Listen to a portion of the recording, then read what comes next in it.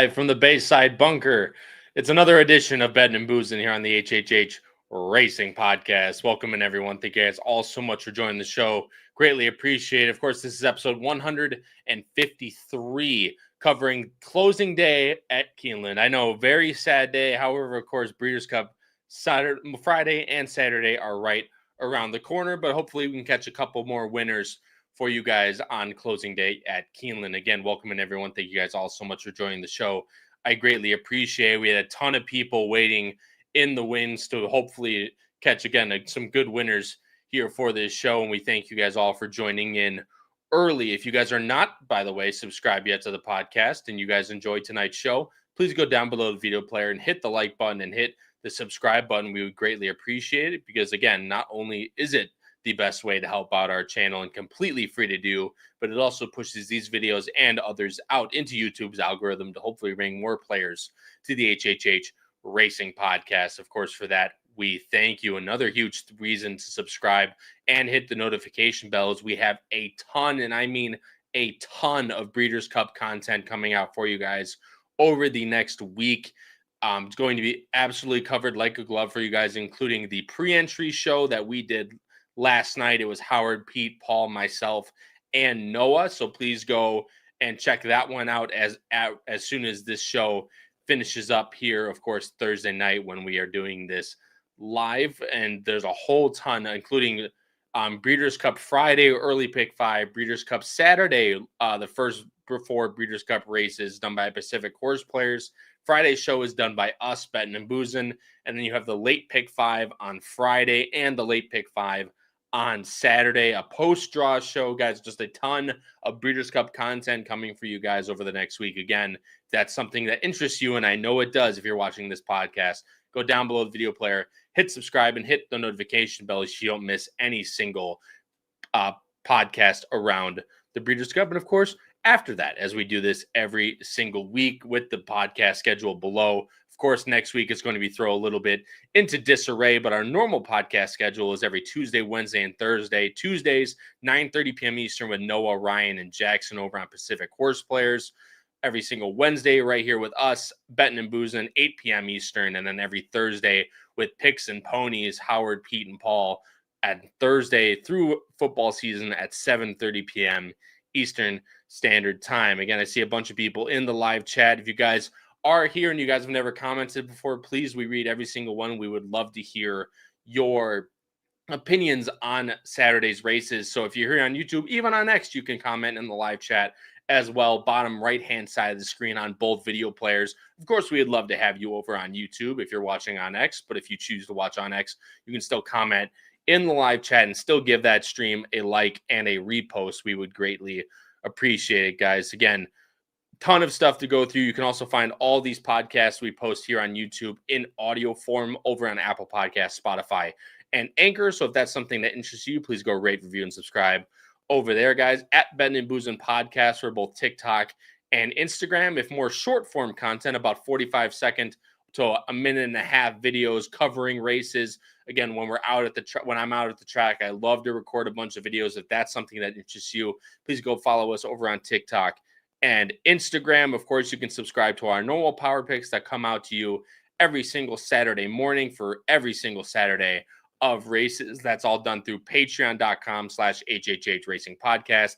Link is also in the description box below, guys. But the big one is the Breeders' Cup Power Picks tip sheet from the HHH Racing Podcast is now live. It's all done through our website, hhhracingpodcast.com. And it's super affordable in terms of other packages that I've seen go for $75 to $100 even for this weekend. It's $35 for normal Power Pick subscribers, $45 for non-Power Pick subscribers, but that includes over 20 pages of info, guys, and I'll go and show you exactly how to get there as you go. See, this is exactly what you get when you go to hhhracingpodcast.com. But when you go here, you'll see Power Picks tip sheet right in the middle. Breeders' Cup Power Picks are right here, and this is all done through PayPal or Venmo directly to Howard Kravitz, who's the owner and founder of the HHH Racing Podcast.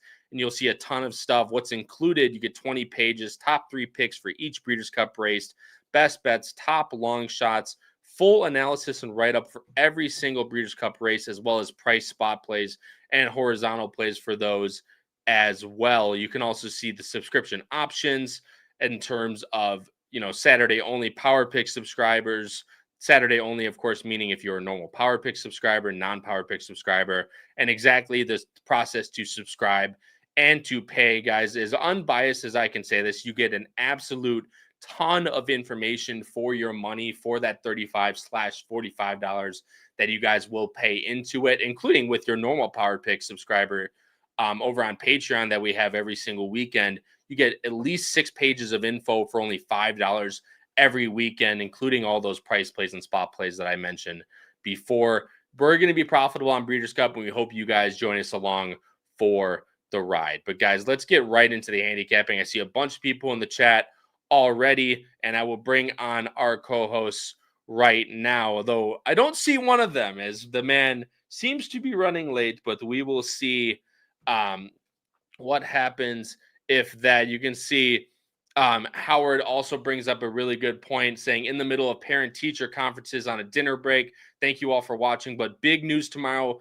Our annual Aiden O'Brien interview will drop on the channel 3 p.m. and then plus the live show 3 p.m. Eastern with Davey Lane and Emmett Kennedy of the Final Furlong podcast, guys. It's an Aiden O'Brien interview is one of our biggest shows we do all year. He has absolutely fantastic information about all the horses he's going to bring over, and that's done with Howard and Paul. So if that interests you, I would highly recommend subscribing and hitting that notification bell as well. But guys, let's bring on our co-hosts, and then we will get onto the handicapping. Of course, first we have to bring on one of our normal, if you will, quote unquote, co-hosts now that the man is in law school, but the man makes another appearance to the channel, Charlie Freeman, and someone that you will definitely be familiar with if you're a fan of the HHH Racing Podcast or other podcasts on YouTube. But we had to bring him out in the woodwork for tonight as the closing day.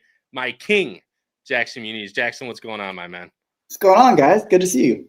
Good to see you, of course, man. And I don't know where West Coast Bias is himself. Hopefully he'll end up showing up. But Noah actually just texted me. It's one of his it's Cole's birthday, so he's with one of his roommates, so they're going to dinner. Yeah, I just texted him to figure out where he is. Wow. Good thing he texted me, by the way. It's not yeah, no kidding. Don't text the host. Text this random text Chuckles that's on this. Check the guy who comes and goes on the podcast, not the guy who runs it. Yeah.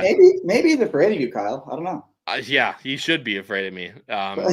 But anyway, but not, of course, in the way that you all are thinking. But guys, let's get right into handicapping. It's actually a super good sequence to end off the Keeneland card. 5 races, of course. We're going to cover races 6 through 10, and that includes 3 stakes, 2 of them graded being races 8 and 9, the Bryan Station and the Fayette. Both are very, very good races, but this starts in race number 6, as I mentioned before, with the Bowman Mill Stakes. It's listed 250,000, going 6 furlongs on the dirt. Only draws a field of 7. However, a pretty competitive field of 7 at that, as it's taking a little bit for my Equibase to load, which is why I'm stalling. But I will bring up our picks on the screen right now. You'll see I'm going with 5-1-6. Jackson's going 1-6-3. Charlie's going with 3-1-5.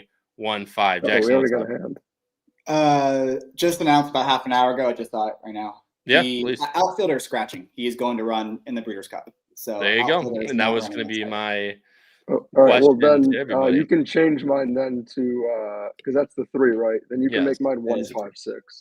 This guy doesn't read up, man, on his, Well, I saw outfielder was on the list, but I don't like outfielder in that race, so I thought maybe they were just like, we're not going to actually go there. It's Wesley Ward, my friend. He's going to go if he has if anybody knows, I know. But the guy, of course, didn't read up in 30 minutes before the show, and now I got to make a host change in the middle of it. So you both are going with the number 1 on the screen right now. The other Wesley Ward, if you will, Johnny V, hops aboard 5-2 on the morning line for the number 1 heartily. And the morning line favorite, though, is the number 5 Spun DMC, probably just for the name alone. Irad Ortiz, Randy Morse, 9-5. On the morning line, the 6 Gallivant is your third choice. Machado for Colebrook, 7-2. Guys, you guys are both going with Harley who I could even see going off as the morning line favorite. Granted, the 5 ran a big race last time, but it's Wesley Ward and Johnny V at Keeneland. Jackson, I'll let you go first, and then Charlie, I'm sure, has some good intel on the Wards. What would you like most about the number 1 Hartley on Saturday?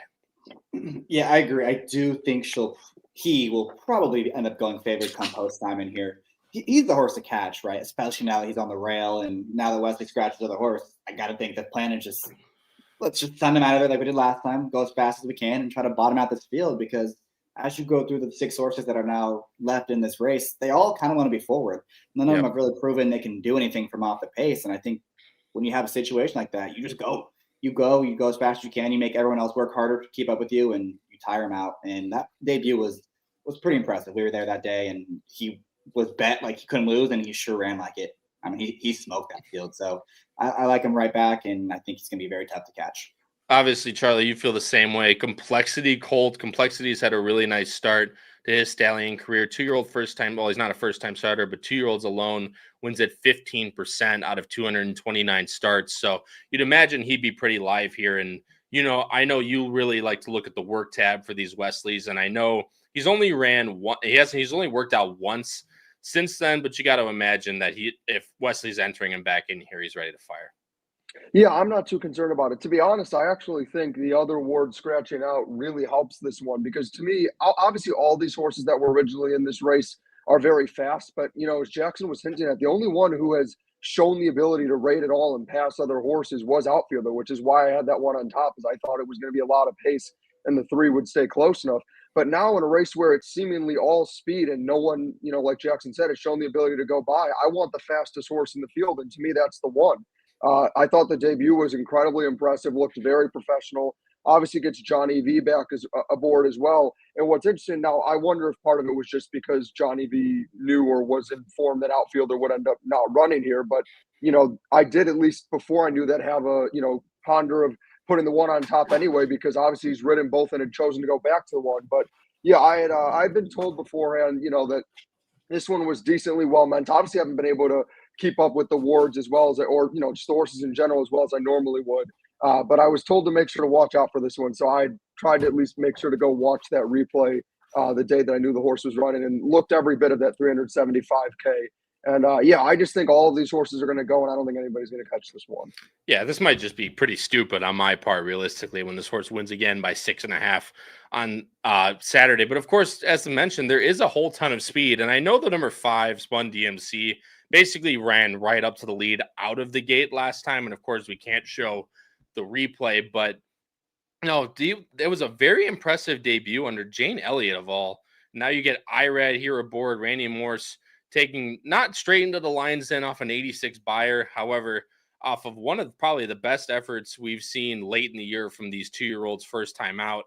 Second time, I'm just hoping, I like the outside draw as opposed to someone basically on the rail. And obviously Wesley Ward's just going to straight go as long as everything goes well with the break. But Irad hops aboard this one. Makes me think Spun DMC, not only betting him for the name, as I mentioned before, but betting him just because he might have the opportunity to sit right off the 1. If the 1 ends up going too quick, Spun DMC might be the horse to pounce on that. But again, that's the complete oddity, is we don't know who can pass horses, if anyone, in this race. My hope is that the 1, now that Outfielder's out, the other Wesley Ward will just take an absolute ton of money and be the favorite in here, which is why that I like Spun DMC at the second choice. The only really other horse we need to talk about, I know there's a couple others in here, but Gallivant Jackson is that one that easily the best buyer in the entire field. Last time out, ran at Keeneland, same exact weekend as your guys' 1, and really looked like he was going to win the whole way around, and just gave it up late going 6. But obviously you think he has you got a ton of experience from that, and he'll run well the second time out. Yeah, I kind of saw the same thing. He was on the inside that day, right? Horses that were fast were to his outside. He kind of had to go, and he just got a little tired that last 50 yards or so. You can kind of visibly see him just, okay, I've had enough. But for his debut, I thought it was really good effort. The number came back strong, and now he's on the outside of all the speed, right? The rail horse is going to be faster. Now he's going to be able to just play the break, dictate things, and he might end up being the price play in this spot if they go crazy for the Ward, which they probably will. So I don't think his source is impossible at all. Just real quick about the 5. Were you at Yep. all worried about? For me, it was the runbacks have been pretty poor. I mean, that number is not held up too well. That's what concerned me. But he's probably supposed to get the setup more than any other horse in this race. That's really what I kept into it. But you are 100% correct in the fact that these numbers you can see right now on the chart, the highest one out of this field of 12 that ran last time was a 68 buyer. Of course, Spun DMC got an 86. Circle Tap got an 80 for that and came back to running Keeneland in a main special weight. Really did no running. My only thing, I guess, going back to that would be how closing on this Keeneland track really has not been the way to do it, especially with a swinging outside move on the dirt. It's basically been an absolute death sentence to be anywhere outside closing down in the stretch. But Spun DMC, I'm just really hoping for that trip aspect, Jackson. And if I don't, and I'm hoping to get second choice if this horse, is anywhere near, something to 5, 2 to 1, which end up might being in here just because it really is a 2-horse race on paper if you don't trust the number 6 Galavan off that last time. But we'll end up seeing what the board looks like. And it's a really good thing that the board is going to be your friend at the start of this late pick 5. Jackson, you had the outfielder in third. You want to switch it at all, or are you just going to go 1-6 in this spot and hope to beat the 5? 1-6 is fine. That works for me, man, because like I said, there's not too much other in here, just Deeds. As much as I love my boy Grisales Rave, I don't know if this horse is going to have any type of chance. First time out winner at Indianapolis, excuse me. I was about to say Indiana Grand. Then last time came out of Churchill, ran well, didn't run the best necessarily. And being this is a pretty big step up, at least in the horses he's running against. Of course, outfielder is out. You have Strategic Reserve in here who ran in a listed stake at Gulfstream and did absolutely no running with pace pressure, and with all the pace pressure looks to have in this race, looks to be pretty tough in there. And Super Kick for Owen Hardy and Luis Saez. Of course, no one passes my man in the stretch. However, I don't know if he's going to have the lead coming into the stretch, being with all the other pace pressure in here. Again, people, the board is going to be your absolute best friend in this race. Please keep an eye on who is taking a lot of money, because whoever takes a lot of money looks like is going to be live. I'm going 5-1-6. Jackson's going 1-6-3. Charlie's going 1-5-6. Guys, we'll go into the chat real quick before we move on to the next race. There's a ton of people I forgot to mention before we started talking. Ralph Conti was here early. Katie, of course, was here bright and early. Racing downwind. Kyle, chalky day at Keeneland today, but still a great job hitting -9 grid winners. Of course, you know me. The chalk is there. I will be playing. Well done, my friend. Hope to see you in the boss next week. We would, of course, love to see you, Dave. Good luck over the next couple weeks, but thank you very much for the kind words. Greatly appreciate it. Matt Miller, of course, was here early. I brought up Howard's comment earlier. Bittersweet was here. Trish Smith was here. Let's go. Closing weekend of Keeneland Breeders' Cup next week's time to be on go is absolutely correct. Tom Espinoza, my friend. Good afternoon, everyone. Warriors home opener tonight. Little OTB Cup money. Go Dubs. Absolutely, Tom. Good luck to your Dubs today. James, of course, was here in for the horses and the beer. We got both of those. Definitely got the beer, though. That's for sure. John Judge said the second-itis ended today, Jackson. We are off. The rule number 4 has been broken, of course. But last 2 days I've had a winner on Ended yesterday. Yeah. And it did end yesterday, and in the last race yesterday. Lois, of course, is here. Lois, thanks so much for joining the show. Greatly appreciate it. Chris Couples likes Hartley over outfielder. Funny enough, so that could take for what it is. And he doesn't like, I saw him not take he said I would not take Hartley at a short price. I made mine on Hartley last time, likely a pass race for me. I completely understand that for sure. And again, guys, let's move right into race number 7. And I do have to change the morning lines, Ralph. That is a good thing. For those that don't know, I always handicap without the morning lines. So for those that saw that the morning lines were not there, I do have to switch them on. Thank you for letting me know. Guys, race number 7 is a really nice optional claimer, $125,000 on the line here for the claim. If anyone is in for the claim, I'm waiting for my Equibase. I don't know why my computer is being so slow, but you have a lot of returning stakes runners in here. And you can see as I pull up our picks, I'm going 6-3-8. Jackson's going 4-3-5. Charlie's going 3-6-8. Guys, as I bring up our picks on the screen, or the horses on the screen right now, it's headed by the number 6, Paris Lily, Irad Ortiz, Brandon Walsh, 2-1 on the morning line. Quick Kick, number 1, the second choice. Flavian Pratt is back in Keeneland. Tom Amos is the trainer, 3-1 on the morning line. Your third choice is the number 8. Yes, it is Florent Giroux, Brad Cox with the morning line of 7-2. Jackson, you are going with the Pennsylvania bred, the number 4, Disco Rules, a horse that I had in there pretty much the whole time, at least somewhere in the money. Ended up taking her out for the 8. However, I do think you have a really nice pick in there with the 4. So I'll let you go first, and then Charlie, we can talk about Cherie, of course, after that. But what'd you like most about the number 4, Disco Rules, Jackson?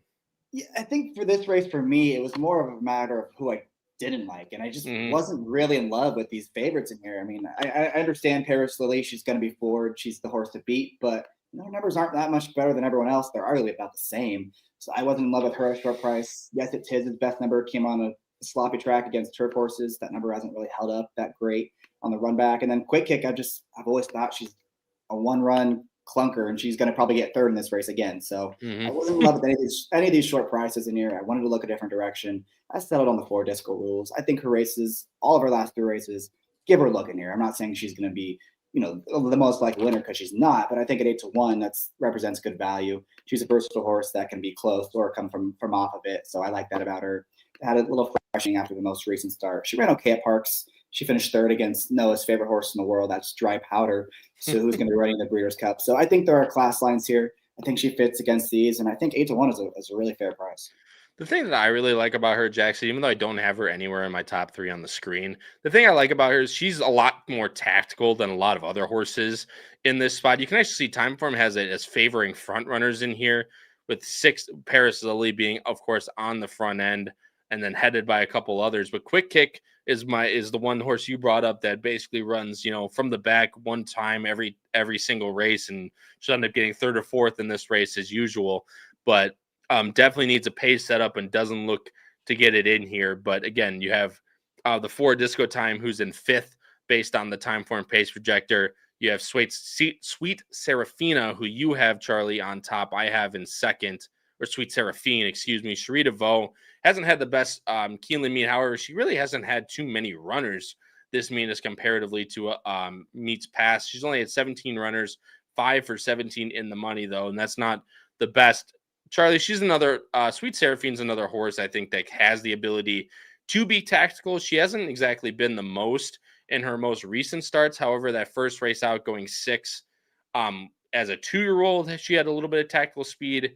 And even last time out, she did drop back after she got, pretty steady decently on the backstretch. However, I feel like if she has the ability to sit somewhere in the mid-pack, she could be tough at 10-1.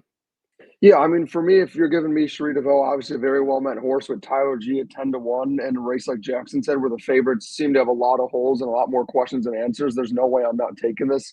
I'm definitely relieved to see you guys at least have this horse somewhere, because I just couldn't find any of the main horses that attracted me, and I was just looking for someone with upside. And I feel like with these top 2 horses, obviously I still do because of pace purely of the 6 and 2nd, but I feel like we kind of know who the 1 and 6 are, and they aren't really much. They're kind of just high 70s, low 80s at best. And for me, visually, Sweet Seraphine's effort 2-back, defeating Dry Powder, who's a really nice horse, with that 82 buyer top, for me was the most visually impressive effort I had seen of any of the horses in this field, and that's how I landed on her. I think she can be tactical, like you said, Kyle. Obviously, in that race in New York where she got there at the end, they were going pretty fast on the front end, so that's why she took back more. But I do think with this stretch out and with a cleaner trip, I do think she can sit a nice stalking trip, probably sit somewhere around 3rd. And I just thought she got a really rough ride last time out, got unlucky with the steady. Then when they were turning from, obviously wasn't going to close them that far out at Parks anyway, but was also caught out wide and bumped a few times in the stretch. So never really had a chance, and it seems like Castellano just kind of let her ride out and didn't ask anymore because she wasn't winning from there. But I think, again, it's his only start, number 5, off a little bit of a layoff, seems to be working forward, gets Tyler G as well. I just think there's a lot of upside with her. I thought that was a pretty decent field that her and the 4 ran against as well. And again, I don't think I'm getting anywhere near 10-1, but if I get at least 6, I'll be pretty happy. Yeah, and Jackson, you're talking about class lines. I mean, and we mentioned how the 5s race last time buyers didn't come back well. This is one race that has held up, with including 2 next out winners in Table Flirt and Taliesin. And then Dry Powder and Our Daydreaming Girl both came back to run 91s. Dry Powder just missing, of course, in the cotillion, along with Our Daydreaming Girl as well. The whole question for me is the pace scenario in here for Sweet Seraphine, because if she doesn't sit somewhere mid-pack, again, it's just not a trip that's been too kind at Keeneland, along with the one at Parks that basically no races were one coming from behind. Yeah, no. Oh, sorry, go ahead, Jackson. No, Jackson, you're good. No. I was just going to say, I think out of this whole field, she has been dying to go 9 furlongs. I think the race, the 2 back in the Wilton, I didn't like it that much, to be honest. I thought she got a great setup, and she needed the entire stretch to go by. She seems like she's a little grindy in that race. And I thought the same thing about the Churchill race when, again, I thought she got a pretty good setup, needed the whole stretch to go by. I think it's 9 furlongs is really what she wants to do. She wants to go 2 turns. She wants to go long. The Parks race, Parks has reached Kentucky Downs form for me. If horses run well, I'll give them credit for it. If they don't run well, I'll just say whatever happened at Parks stayed at Parks. And Barnes is a perfect example of that last week. So I thought the race at Parks was just whatever. I think she's got a shot in here. The fact that we all have her in the exacta tells me she won't be 10-1 in here, but I do think she's live. I do completely agree with everything you guys said. Paris Lily, guys, is that one horse that really hasn't had a favorable pace scenario. She got it in the Delaware Oaks, but kind of a really weird trip for her. And she does really like to be on the lead. And with basically no pace pressure in this race, granted, you have the 7 Conch Fried Rice to her outside, who does like to be forwardly placed. However, you could argue is much better with a target. And if Paris Lily gets out to the front, guys, they really could be just running to catch her. And she's had, again, she looks a little light on buyers in comparison to a lot of others in here, including horses like Yes It Is, who ran an 83 last time on an off turf track. However, you go to the time form, guys, she's right with everybody. I mean, she's got a 109, and you could argue that maybe, again, like Charlie said, how we kind of know what she is. Maybe there's not a whole lot of room for improvement, but I like that Walsh kind of gave her a little bit of time off. This is going to be off a 3-month layoff now for her, and worked completely up to this race with what, in my opinion, looks like a lot of trainer intent, and with this race in mind. So with a race like this at Keeneland to kind of get her back to a little bit, a ton of stakes company, of course, held in the last couple, and she hasn't really gave it up necessarily. Like, she stayed on decently throughout a lot of her running lines, and you could argue that maybe 9 furlongs is not what she wants to do. However, if she's not going 46-1 on a sloppy trap like Pimlico over nine panels, she might be able to have a little bit more of a fighting chance. My problem is just I would not be willing to bet her at something like 9-5, which is what I don't know if she'll be that, just because she's a little light based on the speed figures, but anything around like 2-1, I think, is still a little bit low playing her vertically. But I do really like her in this spot to get a little bit of an easier trip than what she's gotten in the past couple. Jackson, I do just want to touch on one more horse, then we'll move on. It's the number 5 that you have in third, just because she is 20-1 morning line for connections that you really don't see a whole lot. And obviously a very small barn with Destin Heath. Old bobblehead James Graham picks up the mount. This is one that's gone from dirt to Tapeta, then back to dirt, now back to turf. I've ran in the Pucker Up Stakes. I mean, obviously has always been well thought of for these small connections, but they can't really find a good spot for her. But this is another one I'm sure what you're going to bring up that will be a little bit closer to the pace, in theory. Yeah, blinker's going on. I would imagine she's closer.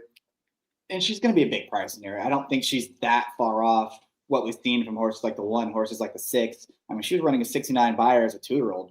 And on the dirt, if you factor in improvement, she'll be right there, I would think. And, the Indy race on May the 15th came against Louder Than Words. The horse came back and I believe won a stake race at Indy, and then ran second to Corningstone, who I believe is a McPeak runner who runs in lots of stakes races too. So she has lines that make her competitive in here. It's just she's not very consistent about it. So if we do get that consistent version of her, I don't think she's impossible. Yeah, and 20-1, you're always willing to test a horse like that in a race that looks wide open on paper at a price of 20-1. Guys, in race number 7, I'm going 6-3-8. Jackson's going 4-3-5. Charlie's going 3-6-8. Guys, moving on to the co-feature on the day. It's the grade 3 Bryan Station, 600,000 on the line here in a mile turf race for 3-year-olds. As I bring up Equibase right now, you guys will know by now it'll take a second because Equibase likes to drag on me. Charlie and I are both going with the number 10. Jackson doesn't have that horse anywhere, and I do understand. Going 9-1-3. I'm going 10-12-8. Charlie's going 10-9-12, guys. I'll bring up, basically, I'm just going to have to bring up the, what's it called? The freaking DRF at this point, because Equibase will not load for me at all. Jackson, you're going with the number 9, Giocoso, in this race. One that ran really well at Kentucky Downs last time.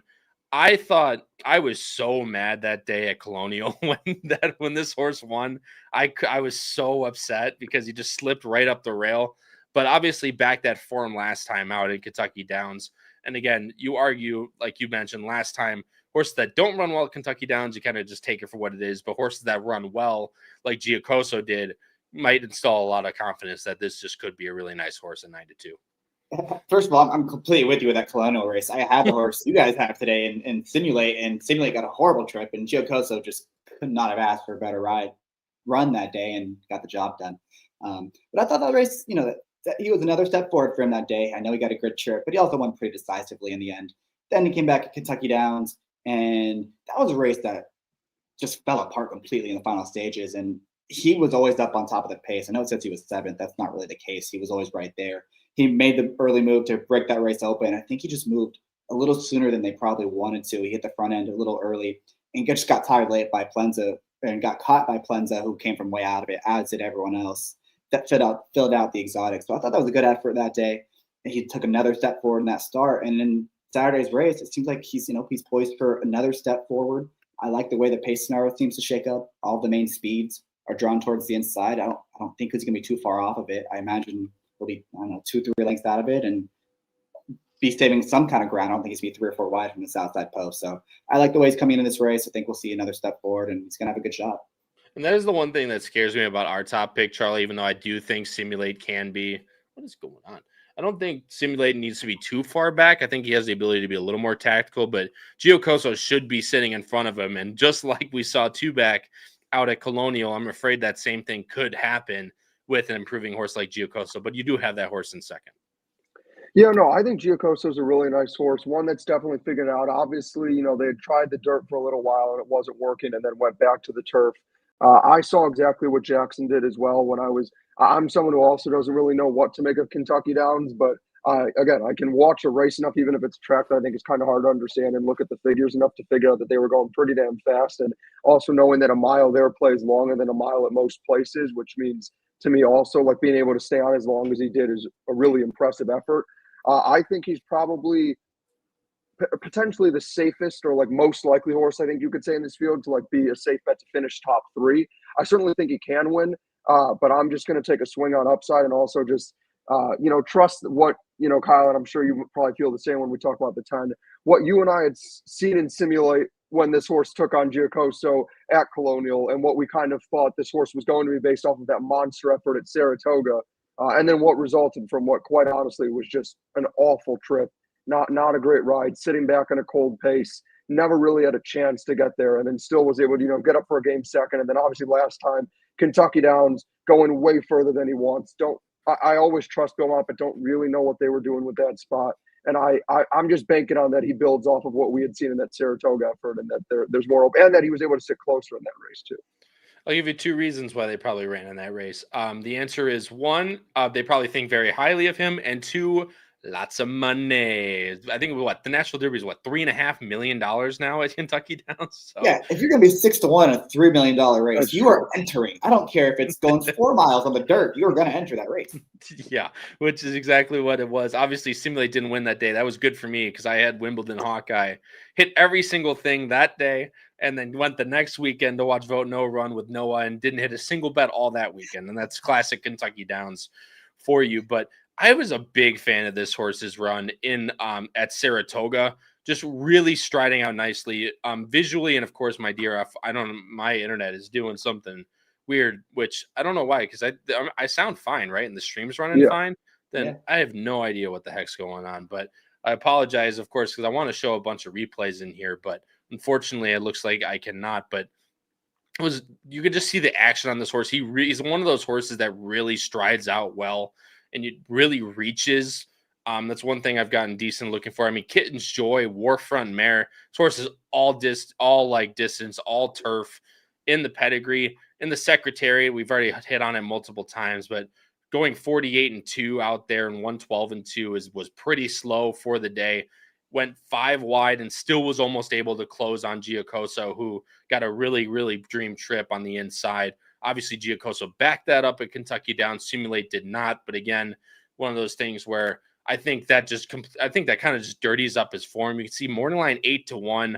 I don't know what the odds are going to shake up like in this race. I think the morning line favorite is 4-1 or 9-2 in here. So no matter who you pick, you're going to get paid. And I think you might, even though it's IRAD, Belmont, you still might get somewhere around 5-6-1 on Simulate just because of that last effort at Kentucky Downs. But if you draw a line through it, you could argue the cold pace hurt the number in the Secretariat, and he's really riding on an improvement on an 86 buyer. And if that's the case, he's got a really, really nice chance to take another step forward and win this race at 8-1. Charlie, you and I both have, I think it's Salamis is the actual name. I like to call him Salamis, which is how I will refer to him as we move on. But last time out in the Geoponte, this was big for me that day. You can see you sense a theme in here. I'm kind of having a Charlie effort where a lot of these horses have done me good in the past. So I do want to have them somewhere or in my heart, but in my head, of course, I want to try and be fair to everyone. But this is one of those horses, even though Chad Brown has won one now. He won a maiden claimer on the dirt, not of all things, not, a turf race, stakes race, anything like that. Nope, a maiden 50 on the dirt. But this is one that's just been improving every single time, Charlie. You love to see this type of running line with these horses. And if he continues to take another step forward, I know Chad's been cold here at this meet, but this one has all the chance in the world if he continues to step forward. Yeah, and honestly, this is one that wouldn't even surprise me if it goes off favorite. I understand hasn't necessarily run in some of the quality of field to some of these others, but they're going to see it's Pratt, they're going to see it's Judd Mott and Chad Brown, and people. It's going to be hard for people to ignore the incredibly quick progression after that layoff to jump up to an 84 and then jump up to a 90 buyer. And again, stick with Pratt, has won 2 in a row now. I think he's continuing to get better. The one knock I had on him, Kyle, and I think I would argue up there with, Jackson's top pick. This is also probably one of the safer bets for a horse that is going to finish well, but I don't think he's going to win. My one concern is when I visually watch him, he looks like he wants to go further to me. Like to me, the 12 is a horse that takes a while to get going down the stretch. Now, he has very powerful strides at the very end, but he usually, similar to what Jackson was sort of critiquing on my 3 in the race before, needs every bit of that stretch and every bit of that mile to get there. And so I'm a little bit worried that there might not be quite enough pace and the scenario might not work quite well enough for this one, and that he could just be one that ends up flying and narrowly misses to finish second or third. You're like, man, if this one, if it was a mile and a 16th, he would have got there. But that being said, he is still progressing. I think if Pratt's able to somehow from the 12 post work out a better trip and sit a little bit closer, then he could make a lot more sense. I think if he got a better post, I would have even been a little more inclined to move him up further. But I certainly think he fits. I'm glad you have the 8, Kyle, because that was the one I really wanted to put in my top 3 as well for the pace situation. Yeah, and I'll talk about him in a second. This is that quintessential Chad Brown horse that I bet all meet on the turf that looks super progressive, super good, and then he runs up for a nice second. And that's basically he's going to fly and get nosed out, yeah. The entire Keeneland meet, or if you're weighted average, take the entire length of the stretch and still don't go by if you're that horse. And then Jackson talks me off the horse that finished, that beat him that day that he hung so bad. And that horse wins by 6, something like that at Keeneland, Oh, yeah. like 6-1 or something like anything. Anyway, but Jackson, you have a couple others that none of us have in here. Starting off with the number 1, Macero for Dale Romans. Cheminade comes in to take this mount as well. And you also have the 3 Antisocial for Jorge Duarte and Louis Nobody Passes Me in the stretch Sayas. So would love to hear what you like on both of these double-digit odd horses. Yeah, this is a really competitive race because you see there's a 9-2 favorite here, and there's horses that are going to be giant prices that have legit chances. I think Masoro might be one of them. I actually bet him that day at Churchill Downs. The pace was crawling. I think there was 2 speed horses, and they kind of decided, okay, I'll let you go, and we'll stay a length off, and we'll hopefully just kick for home. And that's exactly what happened. And this horse came from dead last, basically, made a big move, but just couldn't make up enough ground into that pace. And I think today there's a good chance he actually does get enough pace. And you're looking at his numbers, 85 and 80 last 2 with slow paces.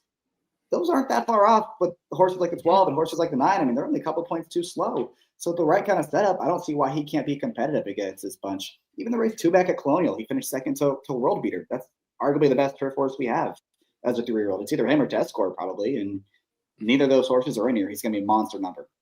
Yeah, I don't disagree with you at all. And obviously Antisocial was another one of those horses that ran in that Secretariat race, came back to run in a different race at Kentucky Downs, that one going 6.5, and still really ran nicely. And again, even though it plays a little bit longer, this horse's best distance is at the mile, and you're betting on, again, a little bit dirtied up from that. This is another one that's progressing every single race. So again, to your point, a lot of talented horses in this race are going to be, high digit odds, basically exactly what we're talking about in the Breeders' Cup, but this is just a race on Saturday at Keeneland. Yeah, when he's actually coming out of the greatest grade 1 in the history of the American turf, that is the Franklin Simpson at Kentucky Downs.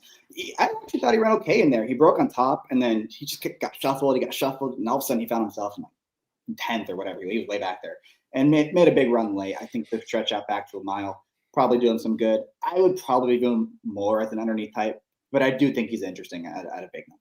I do, and I like that horse underneath for that as well. Last horse we'll touch on, then we'll move on, is the number 8, Tenacious Leader. This is a horse that ran earlier in the Keeneland meet on October 4th and ran really nicely for Todd Pletcher. Johnny V, of course, hops back aboard this one. This is one that, if the pace doesn't heat up, this is the one I want at 12-1. Spendthrift Farm, of course, that was one of their 6 for 6 that they started earlier this meet. So obviously not bad company to be in. This is just another really nice progressing 3-year-old for Todd. And if he puts him in here, he obviously thinks the horse has a little bit of talent in, and if the pace scenario just doesn't heat up, like there's a lot of horses that want to be forward. There's not a whole lot of horses that want the lead though. So I'm interested to see how the pace scenario does shape up, which is why I like horses like Simulate, like Giacoso, that are going to be kind of in that mid-pack range rather than being closing like someone like Salamis or someone else like that. So Tenacious Leader is just one of those horses on the front pack that I would at least want to have on my ticket at 12-1, not to mention second off a long layoff after that last time out where he won off of a 1-year, a 364-day layoff last time out. In the Bryan Station, guys, I'm going 10, 12, 8. Jackson's going 9, 1, 3. Charlie's going 10, 9, 12. And actually, Ralph Conti brings up a good point that before we move on to the next race, I want to bring up, and I'll open it up to you guys. What no one likes the 5 Final Gambit. And this has been a horse that's been running in those bigger races. But Jackson, I'm sure I can literally predict what you're going to say about him. He's a horse that just absolutely closes from the clouds, and it's just not one to get there, especially not without a pace setup. But he's run some very good numbers, obviously kept very good company. You can see both World Beater and Test Score on the sheet that you mentioned are probably the 2 best turf horses we have, definitely at 3 years old. Yeah, I mean, he has been keeping good company. At the end of the day, I just don't think he's that good. I mean, he's best as a synthetic horse, and he got 4th in Derby because he was dead last and it fell apart. And then he's just kind of been clunking up in all these races. And I just don't think he's good enough to win a race like this. And I don't think that's very, out of pocket per se either. It's just the fact that, he really just does clunk up in a lot of these races. 3 straight 5ths on the turf, and without a complete meltdown in here, I'd be very hard to see him finish in the money realistically. Obviously, you do get Luan Machado back, who did ride him down at Turfway Park and did get the win in the Jeff Ruby to get there. But obviously, we'll see how he runs on Saturday. And I think you'll just get way too low of a price on him to be able to find out if he can close from, 50,000 lengths back, whatever he's going to be. Guys, the co-feature on the day is the Fayette. It is a grade 3 worth. Hold on. There we go. We're 350,000 going 9 panels, 1 mile and 1/8 on the dirt for older. And it's a field of 11. And this race is also insanely nice. The morning line favorite is the number 3 Bracket Buster, Johnny V, Vicky Oliver, 3-1 on the morning line. Second choice, the Indiana Derby winner, Dragoon Guard, Florent Giroux, Brad Cox, 7-2. And your third choice, the 3-year-old, I think, the only one of 2 3-year-olds in here, and they're actually 2 of the 3 lowest prices. The number 10, Gosker, Saez, Brendan Walsh, 9-2. Guys, bringing up our picks on the screen right now. Jackson, I like that pick, dude. I really do. I really do. I didn't think we were going to be so similar to race this open. I know. We're all what, 10 for you have the 9 Dragoon Guard in second. I have the same top three as order, you. Yeah. We all basically have the same exact. Two of us are going with Gosker. Jackson has Gosker in second, but Jackson's going with the number 5, Moonlight, for little down home, hometown connections for me and Charlie. Tyler Gaffleone rides for Chris Block at 8-1. Jackson, I've started with you every time, but we're going to start with you again because you are the odd man out. But again, I have the horse in second. Charlie has the horse in third, and 8-1 is a really nice price off of a very good race last time out at Churchill.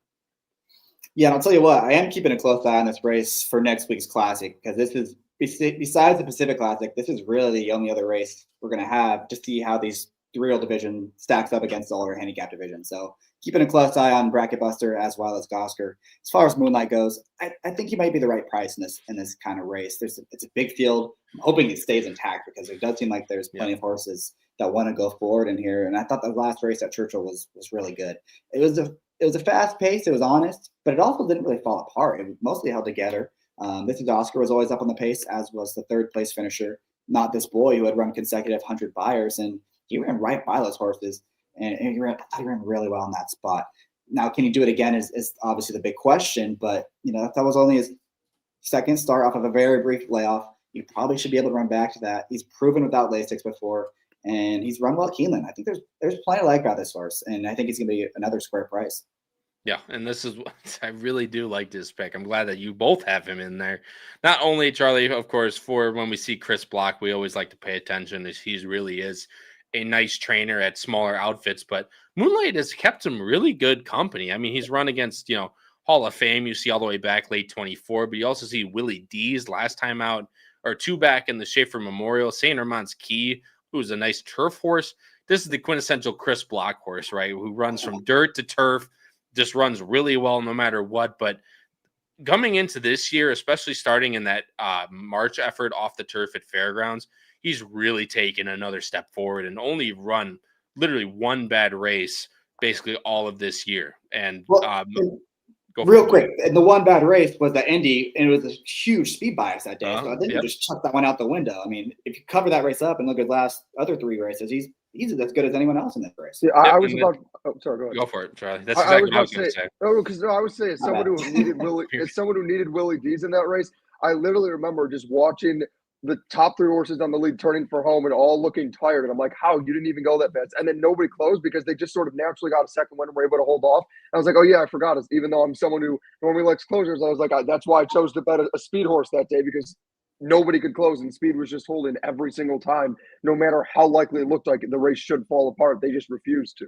So, yeah, for me, that's when I drew a line through. I really like Moonlight. He seems to have hit another gear. I know Chris Block, obviously, Kyle, we're going to be a little biased to him, but I do genuinely think he's a kind of under-the-radar, underappreciated trainer where, like, if you aren't from our kind of background, you're not really going to know much about him. And he's done a heck of a job with this horse. And, I mean, you see, like, you look at the race 3 back at Churchill and the race last time out, he's done it before where it's not like he's just, winning like that race that was off the turf where he was a heavy favorite. He's been winning these races at middling prices before. So I agree with Jackson. For a horse who I think you'll get every bit of that 8-1, and I think it speaks volumes that Tyler rode him last time and is on him again. This is one in horizontals I would absolutely be making sure I'm using. Yeah, and obviously this will be his first real test, right? Obviously he ran the Schaefer Memorial, but a complete allowance horse all the way through. This will be the one true test, and he's got a really big test at that in this really nice edition of the Fayette. But again, as Charlie touched on, you're going to get that 8-1 price just based on who's in this race, and that could be a good enough price to try and take a shot with a new up-and-comer in a division that, we know a lot about a lot of these horses in this race, including a number 10 Gosker, Charlie. Of course, this will be the first time going against older for him. But again, talking about Parks, man, we just pushed that one out, and all of a sudden this horse is, running absolutely lights out. And if he didn't have that last race, he'd probably be the favorite in here, even though he's going against olders for the first time. Yeah, he didn't break particularly well that day.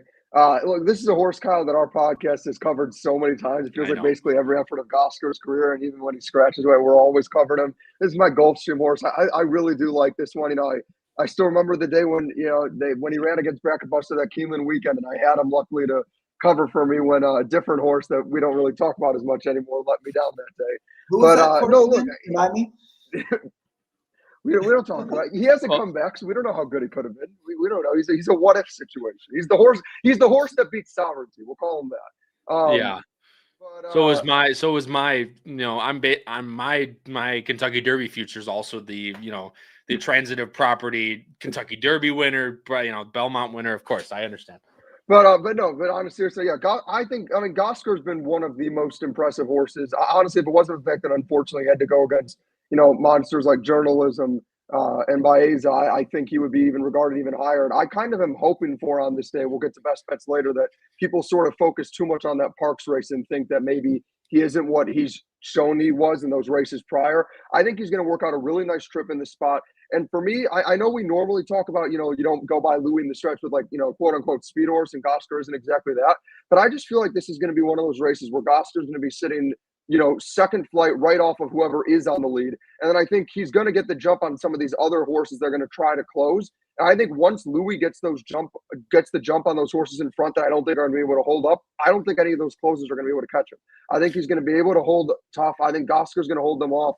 And I think he's going to return to that form that we were seeing prior to Parks. And I just think this horse has such a bright future. I get it that he's going against older horses, but if I'm getting anywhere near 9-2, we might have an unreasonable, irresponsible weight. The IWW comes back just before the Breeders' Cup, of course. Jackson, the one thing that I really like about this horse is with the trip, I think he will get, and he'll just get a lot of run on a first run on a lot of these other horses that should be behind him that are going to be around the similar odds. My one question on him, though, is the distance. You could argue that 1.8 might not be the distance that he wants. He ran very well in the Lexington, of course, going to 16th. Then you go to the Preakness at 3/16. Just gave it up to the gorilla that is Journalism. Same thing in the Haskell as well. So you could argue that maybe he doesn't want to go 9 panels. However, again, with a trip that's worked so well at Keeneland this meet and being that second flight type of closing trip on the dirt, I think it might just be a kind of basically a turf type race where whoever gets the best trip might just win this race. I agree. I think he probably tops out at 9. I don't think he wants to go a single, foot past 9 furlongs. He's supposed to get a good trip. And you mentioned his versatility. He can be right on top of the pace if something weird happens towards his inside. But if they go crazy, he's also more than capable, sitting 3 or 4 lengths off of it and still producing that late run. So if he's able to reverse form from that Parks race, he's very dangerous. And that's exactly what I was thinking as well. Charlie, you have the number 9 Dragoon Guard in second here. This is a horse that we hadn't seen really since, the Pennsylvania Derby. Came back in a nice allowance at Churchill. Odds on, lost, got second, then came back at Indy, odds on, and got second, and then came back that last time out of Churchill and really was a coming out party. You could argue he really didn't face anyone that day. You could see he was also odds on again, but he was against Ben Doog, Anna Marie, Best Actor, a lot of names that you can recognize off the form. And if he continues to run like that, he's going to be another one like Gosker that's going to be up in that first flight that might get a lot of first run on a lot of others in here. Yeah, this was strictly just how I think he's going to end up tripping out. He's one of those that I feel like, and it sounds weird saying this when you look at a horse who's 5 for 9 lifetime, but it does sort of feel like he's weirdly been a disappointment where, you keep sort of waiting. He always feels like a buzz horse and you're waiting for him to have that sort of coming out party where he's actually going to finally get that big time win. And he hasn't quite had those when he's had those. Obviously, he's won some grade 3s, but he hasn't really done it in the biggest spots yet. But at the same time, he's ultra consistent. I mean, you look at his buyers from mid 2024 and on, and it's always in those low 90s. And you also look, he's 9 for 9 in the money. So, he's never really had one of those complete and utter duds. I think the one concern I have in terms of on the win end is that he has just been a low 90 horse. And I don't think that's going to be enough to win this race. So the question is he ready now, third off the layoff to take that big step forward where he gets to 100 buyer or somewhere around there, which is likely what's going to be needed to win this race or not. But I feel like regardless, because of where he's going to be and because of his ability that he's shown at this distance to stay on, and that I think there'll be a decent pace, but I don't think it'll be that crazy.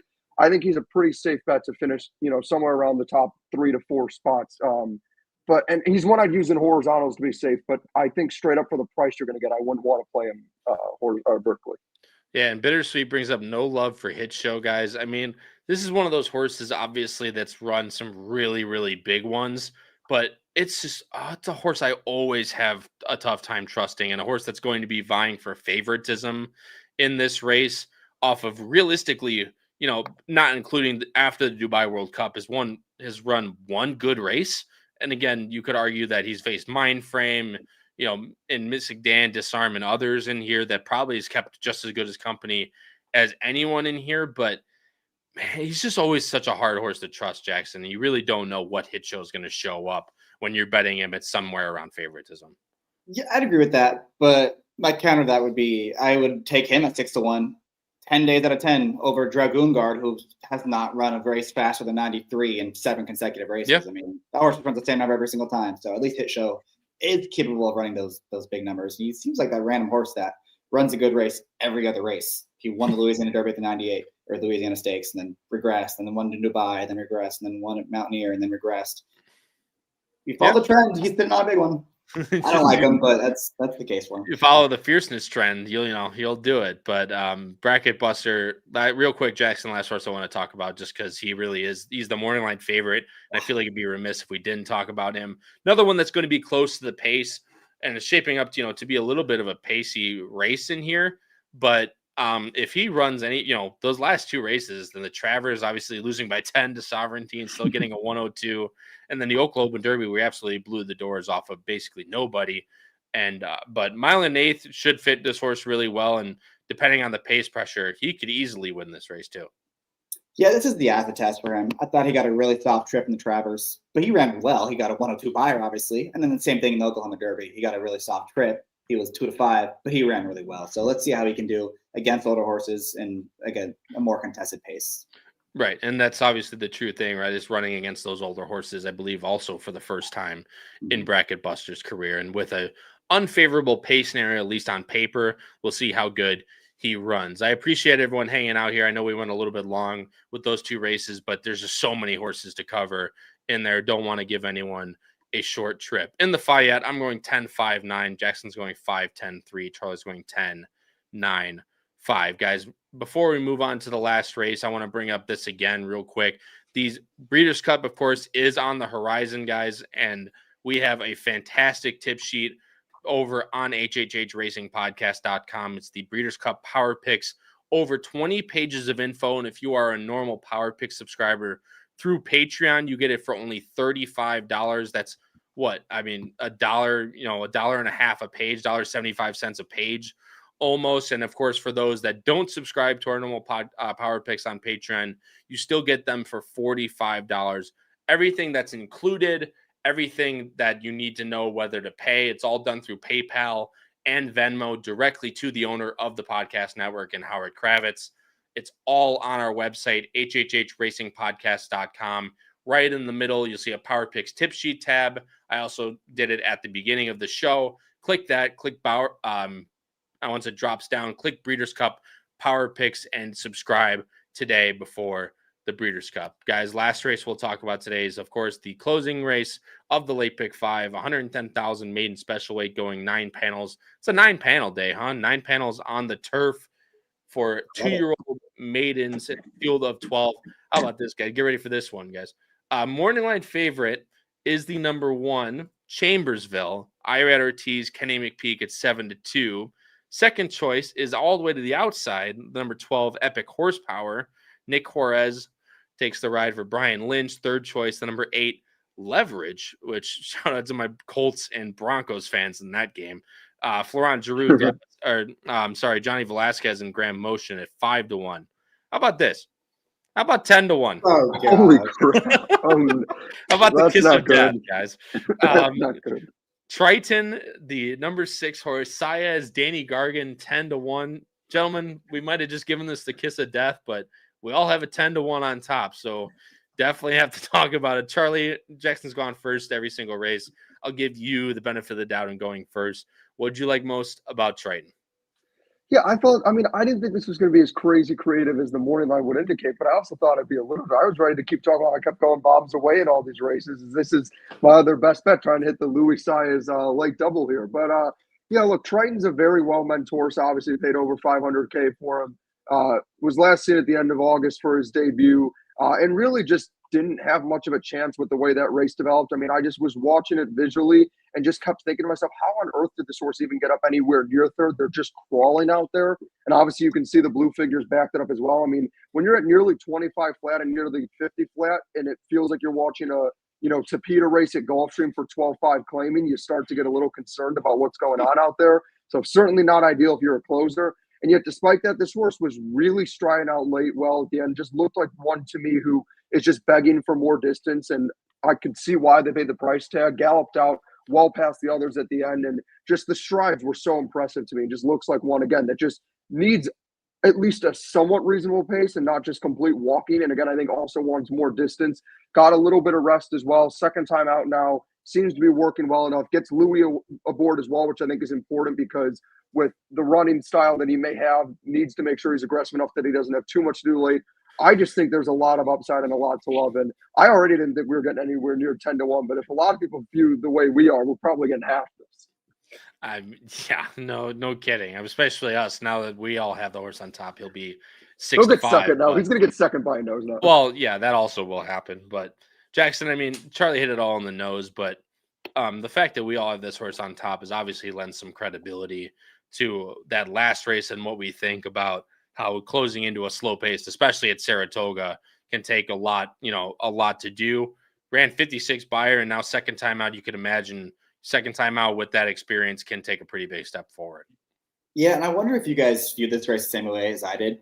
I thought this was not a very strong group. I thought it was pretty not very, the favorites are just not that appealing. They're not that fast, and I wanted to look elsewhere. I do think Saez is going to have this horse closer. I think he kind of missed the break last time, got squeezed a little bit, and was further back than they wanted. Them going to Saez tells me they're going to want to put him more into the race early, which is only going to help his cause.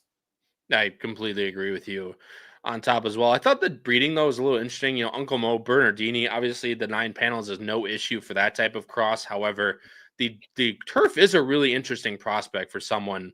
Again, Uncle Mo with a Bernardini mare type side, but obviously handled it perfectly well last time, and now coming to Keeneland. Saratoga horses have done very, very well coming to Keeneland, so hopefully that trend continues with probably not 10-1, but hopefully with the number 6 Triton. Wargamer Jackson is one of those horses as well. Brennan Walsh, Gaff Leon, this horse is going to be bet down, especially if she's live. I mean, Irish breeding, Wooten Bassett on the sire side.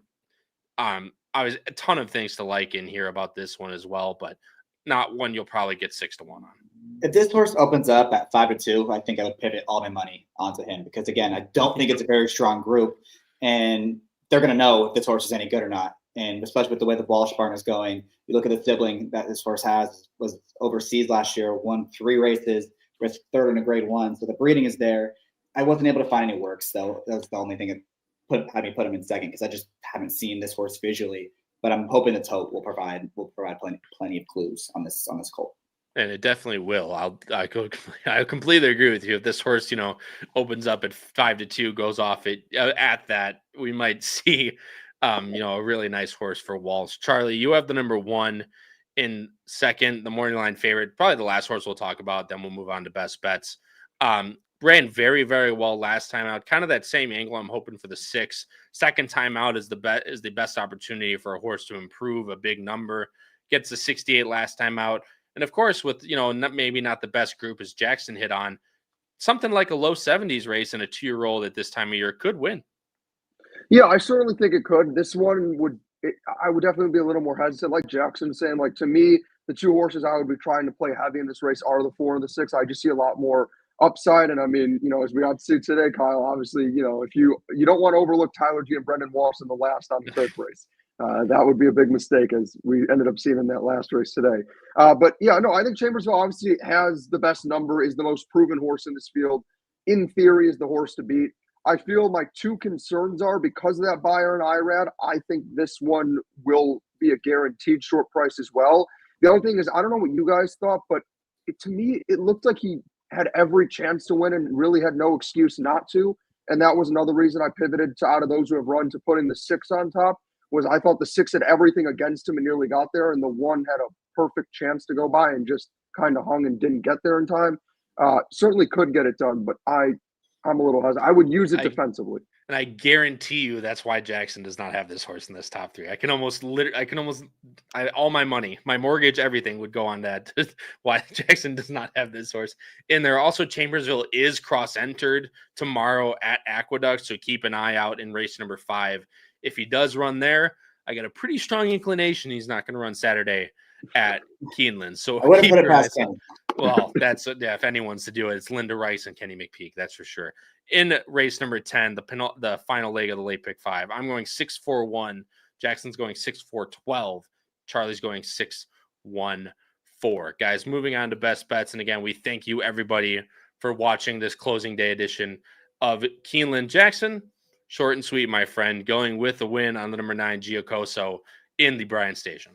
I think Charlie said it best. This is probably the safest pick of the whole sequence. I just feel like he's going to get a really good trip in that race, given the way that race is projected to shape up, and he's improving with each and every race.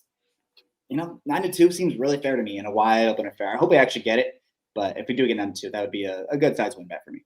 Yeah, and that's absolutely, because as you mentioned, there's a lot of horses not a whole lot of horses that really want the lead, and he's going to be one of those in that front flight. I'm hoping with our horse, Charlie, in there, Simulate as well. Just going to be another rundown of Colonial, hopefully coming down the stretch. And for me, hopefully the 10, but for Jackson, hopefully the 9. Good luck, my friend, with your best bet. Charlie, going to you next. Race number 9, a win on Gosker, and in race number 10, a win on the number 6, Triton. Easily can play this as a double as well, and a nice paying double in theory at that.